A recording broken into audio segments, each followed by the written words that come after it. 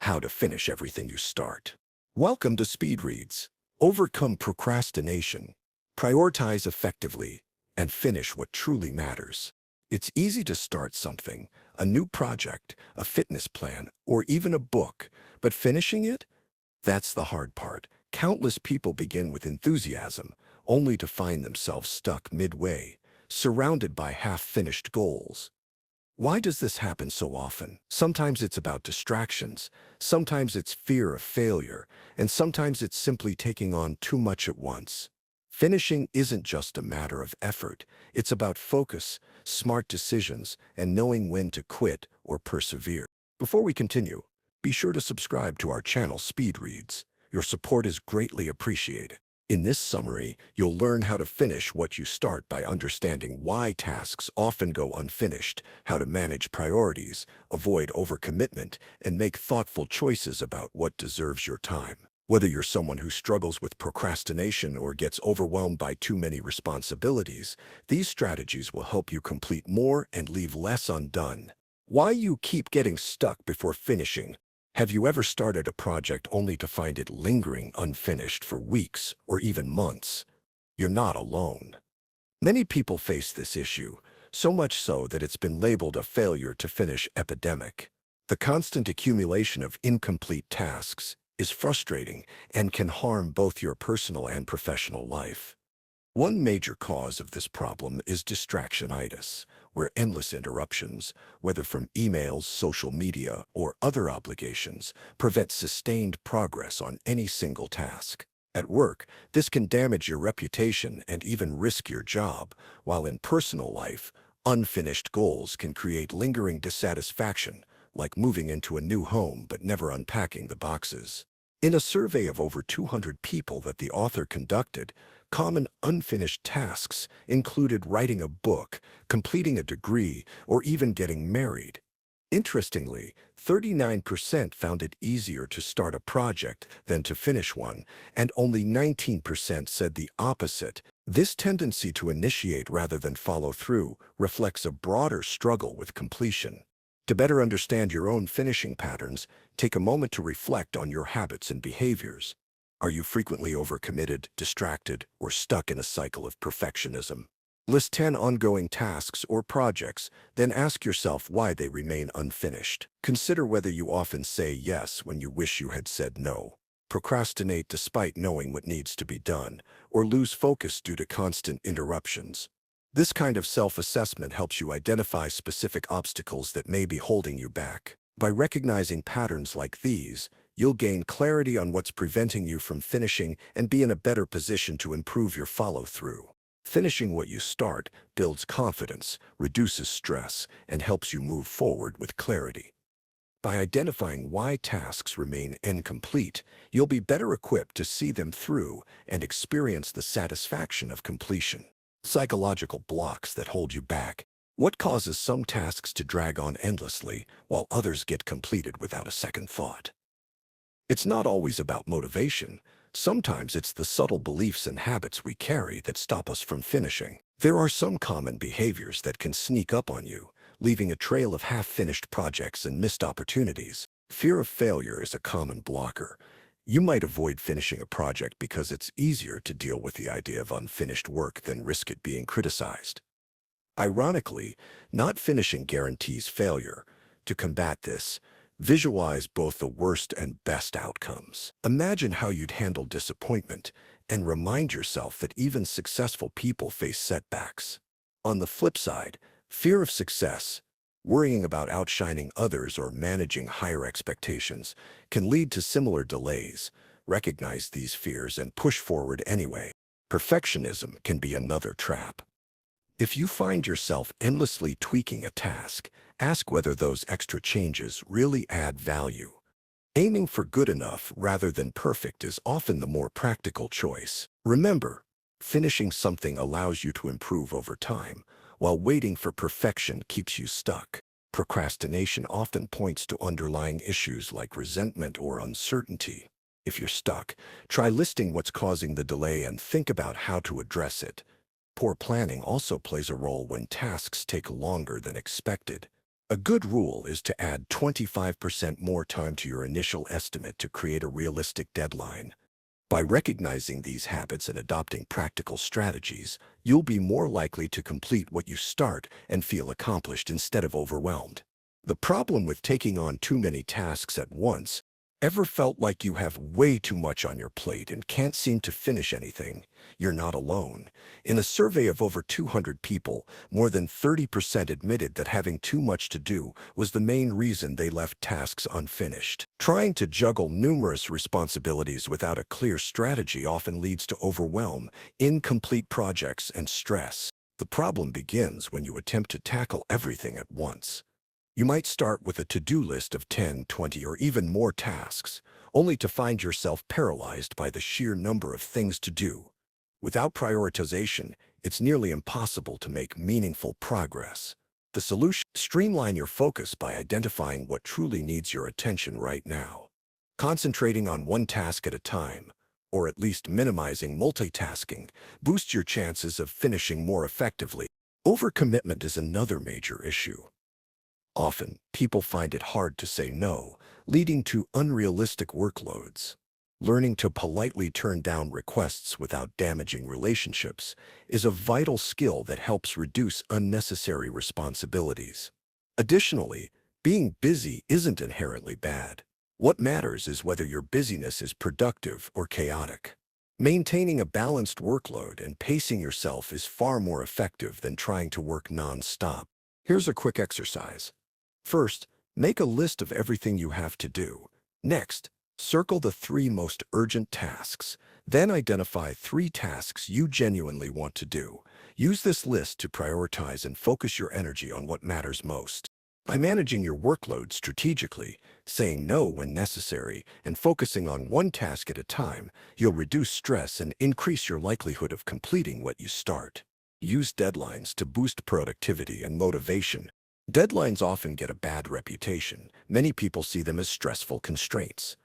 But when used correctly, deadlines can be valuable tools that keep you motivated and organized. Without deadlines, tasks can easily fall into an open-ended limbo, never reaching completion. That's why it's helpful to stop viewing deadlines as obstacles and start treating them as a framework for progress. If someone gives you a task without a due date, set one yourself. Deadlines aren't just for final submissions. Breaking large projects into smaller tasks with interim deadlines ensures steady progress and prevents last-minute scrambling. Be aware of unrealistic deadlines. Committing to tight timelines may seem like the only way to secure a project or please a client, but it often backfires, causing rushed and lower-quality work.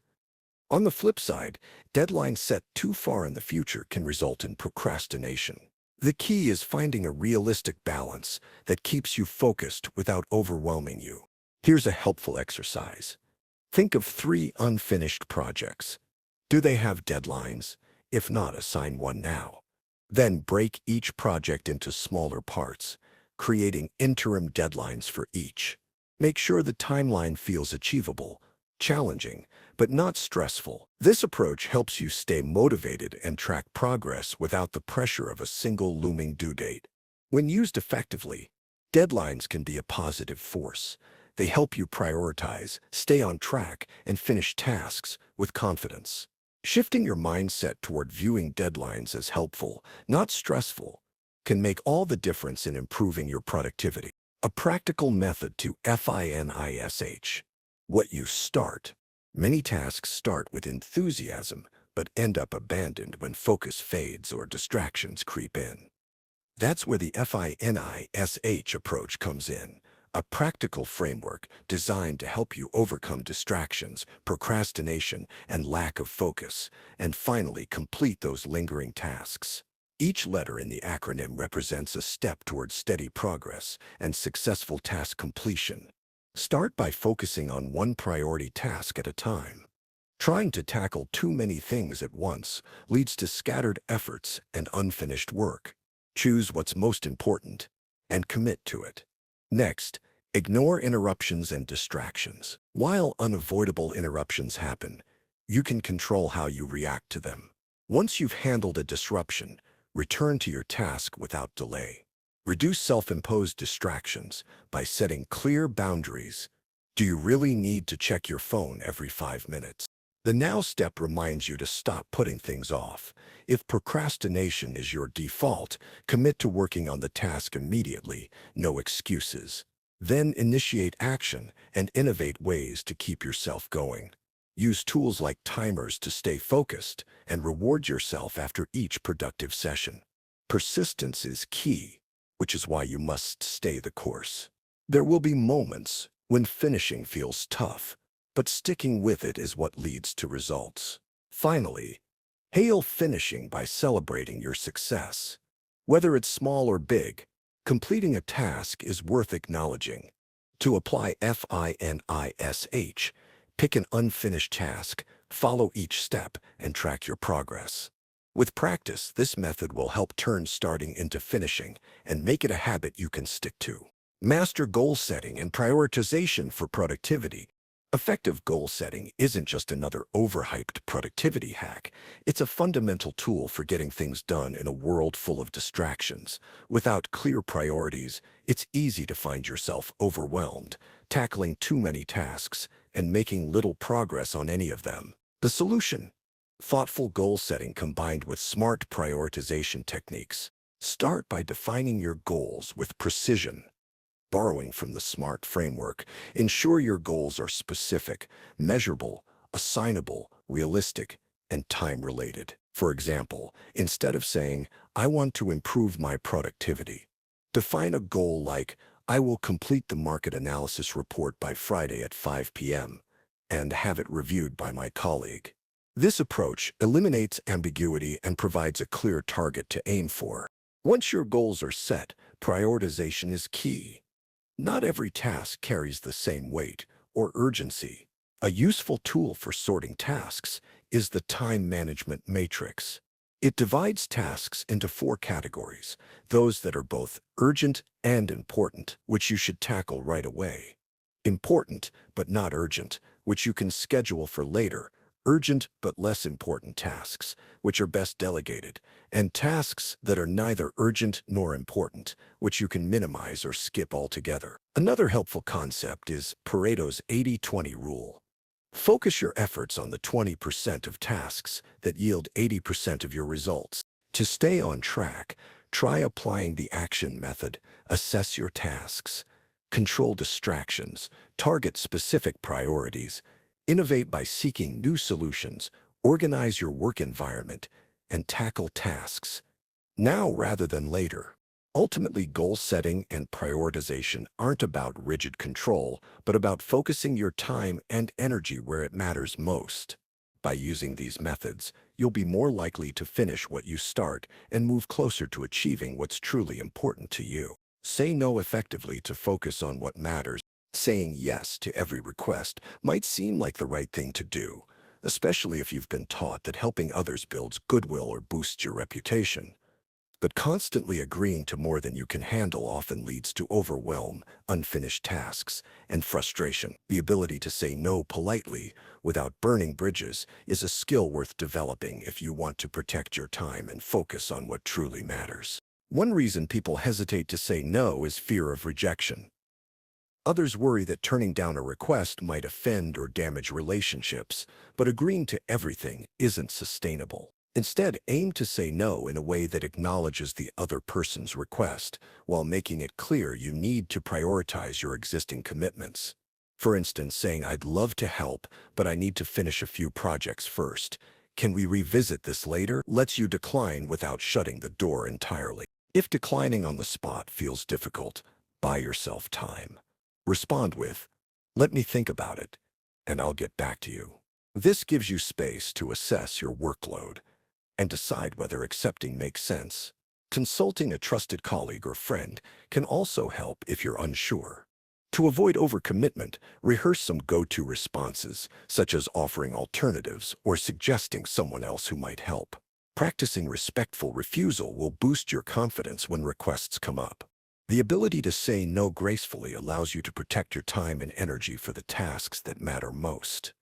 By focusing on what's truly important, you increase your chances of finishing key priorities and maintaining balance in both your work and personal life. Make intentional choices about what to quit and what to finish. Sometimes quitting is the wisest choice. Picture finding yourself midway through a major project, continuing only because giving up feels like failure. The reality is that not every task or goal is worth completing. Knowing when to step away and making thoughtful, deliberate decisions about where to invest your time and effort can lead to better outcomes. Quitting can be a strategic decision. If you find yourself stuck, pause and ask, is this something I really want or need to complete? The key is to separate deliberate quitting based on thoughtful evaluation from abandoning tasks due to frustration, procrastination, or fear. Think about whether your time and effort are better spent elsewhere.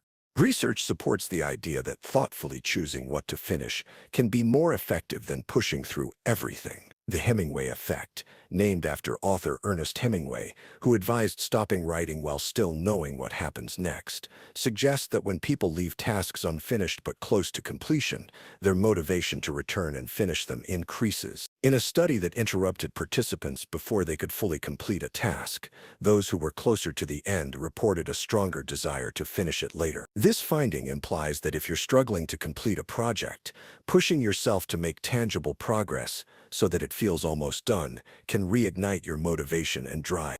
Make a list of tasks that are almost done and tackle those first. Then, reevaluate your original to-do list. Decide what's truly important and what can be left behind. The goal isn't to finish everything, it's to finish what matters. By making conscious choices about what to quit and what to complete, you'll free up energy for tasks that genuinely deserve your attention. Final summary. The main takeaway of this book summary to How to Finish Everything You Start by Jan Yager is that finishing is about focusing on what truly matters. By understanding common obstacles like procrastination, overcommitment, and lack of prioritization, you can develop strategies to manage your time and energy more effectively. Setting clear goals, using deadlines as motivators, and confidently saying no to unnecessary tasks help keep you on track. Thoughtful decision-making allows you to recognize which tasks deserve your attention and which can be left behind. With a clear plan and consistent effort, you'll increase productivity and enjoy the satisfaction of completing meaningful work. Okay, that's it for this speed read book summary. We hope you enjoyed it. If you can, please take the time to subscribe. We always appreciate your feedback. See you in the next book summary.